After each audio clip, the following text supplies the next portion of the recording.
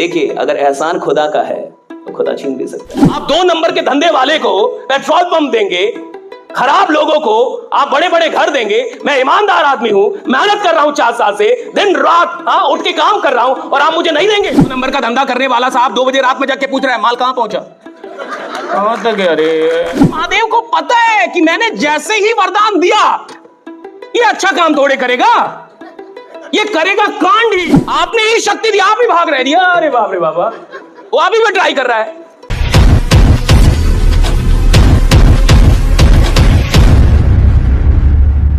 अगर ईश्वर आपको कुछ देता है जिसके लायक आप नहीं हैं, तो आपको तुरंत अलर्ट हो जाना चाहिए कि मैं खुद को उसके लायक बना लूं। अगर मैं 20,000 के लायक हूं और ईश्वर की कृपा से मुझे 50,000 रुपए आ रहे हैं, तो मुझे यह समझना चाहिए कि मैं जल्दी से खुद को 50,000 के लायक बना लूं। क्यों? क्योंकि जिसके लायक आप नहीं हैं, वो चीज ब्रह्मांड एक दिन आपसे छीन लेता है। Right? If you don't deserve, but even though you have been given something, the universe will take it away from you. अगर कोई चीज जिसके लायक आप सच में नहीं है, लेकिन ईश्वरीय कृपा से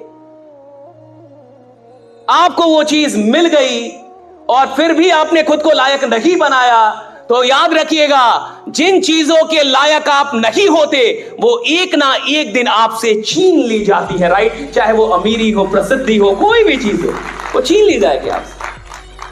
हम क्यों सीखते हैं, हम क्यों सुनते हैं, हम क्यों किताबें पढ़ते हैं, हम क्यों ट्रेनिंग में आते हैं? ताकि खुद को लायक बनाते जाए। लीडर वो है जो अपने आप को ऐसे इंप्रूव करे कि उसे हमेशा ये लगे कि मुझे जितना मिल रहा है कम है। That's the only formula. Leader वो है जो अपने आप को ऐसे इंप्रूव करता चले, अपनी मेहनत को ऐसे बढ़ाए, अपनी दीवानगी को ऐसे बढ़ाए, अपने पागलपन को ऐसे बढ़ाए, अपनी ऊर्जा को ऐसे बढ़ाए, अपने उत्साह को ऐसे बढ़ाते रहे कि उसको हमेशा यह महसूस हो कि जितना मिल रहा है मैं इससे बढ़ा दूं। देखिए, अगर एहसान खुदा का है तो खुदा छीन भी सकता है। अगर तुम खुदा के एहसान तले आगे बढ़ लो कि यार ये तो खुदा, नहीं, मैं तो कहता हूं खुदा से लड़ने के लायक बनो। मेरा फिलॉसफी, लड़ो ना, लड़ो खुदा से, फाइट विद गॉड। भगवान से आपको फाइट करने आना चाहिए। वो मेहनत ही क्या जिसमें ईश्वर से लड़ नहीं पाए तुम, वो दीवानगी ही क्या जिसमें ईश्वर से लड़ नहीं पाए। और आदमी को उस दिन जरूर मिलना शुरू होता है सारी चीजें जिस दिन उसको लगता है कि मैं खुदा से लड़ने के लायक हूं। बिल्कुल लड़ाई होती है ईश्वर से कि मुझे आप क्यों नहीं दे रहे, मुझ में क्या कमी है, मैंने कहां कमी कर रखी है, मैं मेहनत कर रहा हूं। आप 2 नंबर के धंधे वाले को पेट्रोल पंप देंगे, खराब लोगों को आप बड़े बड़े घर देंगे। मैं ईमानदार आदमी हूं, मेहनत कर रहा हूं 4 साल से, दिन रात उठ के काम कर रहा हूं, और आप मुझे नहीं देंगे, तो खुदा है ही नहीं। राइट? आपको लड़ना आना चाहिए, है फाइट। मतलब 2 नंबर और 3 नंबर के धंधा वाला वो आदमी अमीर बनेगा, करोड़पति बनेगा। भैया हम इधर आयुर्वेद बांट रहे हैं, हम इधर बढ़िया चीजें बता रहे हैं, हम यहाँ लोगों के भले के लिए काम कर रहे हैं, और मैं दिन रात मेहनत कर रहा हूं और मैं अमीर नहीं बनूंगा, खुदा है ही नहीं। फिर बात ही लड़ जाए, फिर क्या अच्छा होना, क्या बुरा होना, फिर किसका डर? आप जीवन में अपनी मेहनत को उस लेवल पे लाइए जब आप खुदा से लड़ पाए, आपकी ठन पाए, भगवान से ठन जाए कि कैसे नहीं देंगे आप देखिए, पुराने जमाने में जो असुर होते थे, असुर समझते हैं आप, राक्षस समझते हैं, वो तपस्या करने लगते थे। तप समझते हैं, तप मतलब त्याग, तपस्या। वो तपस्या कर रहा है, कौन? राक्षस। तो जब वो तपस्या कर रहा है, तो तपस्या में देखिए सिद्धांत है, यूनिवर्स का सिद्धांत है, ब्रह्मांड का सिद्धांत है कि जो तप करेगा उसे वरदान मिलेगा। अगर आप तप करेंगे आपको वरदान मिलेगा, चाहे आप अच्छे आदमी हो या बुरे आदमी हो, लेकिन आप तप कर रहे हैं, आपको वरदान मिलेगा जी। आपने देखा होगा कि समाज में कई बार गलत लोगों के पास ज्यादा पैसा है, लेकिन गलत आदमी अच्छे आदमी से ज्यादा मेहनती होता है, यह अच्छा आदमी मानता नहीं है। 2 नंबर का धंधा करने वाला साहब 2 बजे रात में जाके पूछ रहा है माल कहां पहुंचा, कहां तक? अरे अच्छा आदमी सो रहा है, 2 नंबर का धंधा करने वाला आप देखिए मेहनती अधिक है, मर्डर करने वाला ज्यादा मेहनती है, नौकरी करने वाला ज्यादा कामचोर है, 1 घंटे लेट जा रहा है, 2 घंटे पहले आ जा रहा है, नौकरी में जा रहा है तो बॉस को गाली दे रहा है। वो क्या है, वो सब कामचोर लोग।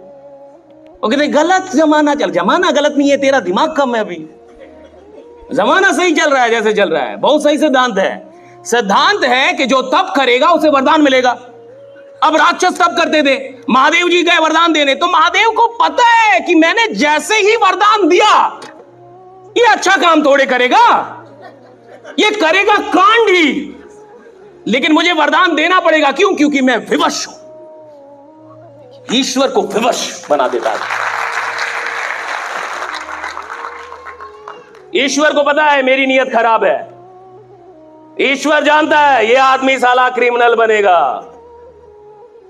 ईश्वर को पता है ये दुनिया को बेचैन कर देगा, ये ठीक आदमी नहीं है, इसका दिमाग सही नहीं है, नीयत बढ़िया नहीं है। ईश्वर सब कुछ जान रहा है, फिर भी मुझे शक्ति देनी पड़ रही है। क्यों? मैंने विवश किया। क्या? तप, तपस्या, मेहनत।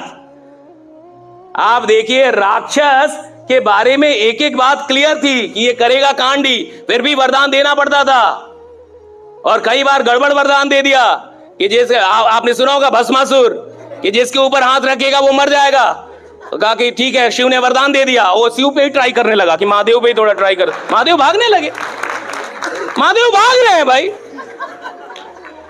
अब इमेजिन कीजिए महादेव भाग रहे हैं, आपने ही शक्ति दी, आप ही भाग रहे हैं। अरे बाप रे बाबा, वो अभी भी ट्राई कर रहा है कि एक बार महादेव पे ही ट्राई कर लूं कि सही से ये धंधा चलेगा कि नहीं मेरा आगे। हाँ, ज्वाइनिंग आ रहा है कि नहीं। हाँ, एक प्लान महादेव को दिखा देता हूं। हाँ, महादेव को प्लान दिखा रहा है, महादेव भाग रहे हैं भाई। ये तो बड़ा नाटक कर दिया इस आदमी ने। तो क्या महादेव को पता नहीं था कि? उनको पता था भाई, विवश थे। बस यही अच्छे लोगों को समझना है कि जब ये ब्रह्मांड राक्षसों को, दैत्यों को अथाह शक्ति दे सकता है, तो जो अच्छा आदमी है उसे अथाह शक्ति और अथाह संपत्ति क्यों नहीं मिल सकता? राइट? आप मेहनत तो कीजिए। अच्छा आदमी मेहनत नहीं कर पाता, दिक्कत यहां पे है। अच्छे आदमी से मेहनत नहीं होती। गरीब आदमी के साथ दिक्कत यह है कि वो उतना काम कर लेगा जितने में जीवन चल जाए साहब, उतनी मेहनत करेगा जितने में जीवन चले। जहां से जीवन बदलना होगा वहां पे उसको दिक्कतें आती हैं। और जीवन का बदलाव, जीवन जहां तक चल रहा है उसके बाद शुरू होता है। अगर आपका जीवन 50,000 में चलता है तो 50,000 के बाद जीवन बदलेगा। अगर आपका जीवन 2 लाख में चलता है तो 2 लाख के बाद वाले आमदनी से जीवन बदलेगा। जीवन बदलता वहां से है जहां तक जीवन चल रहा है, वहां के बाद बदलेगा।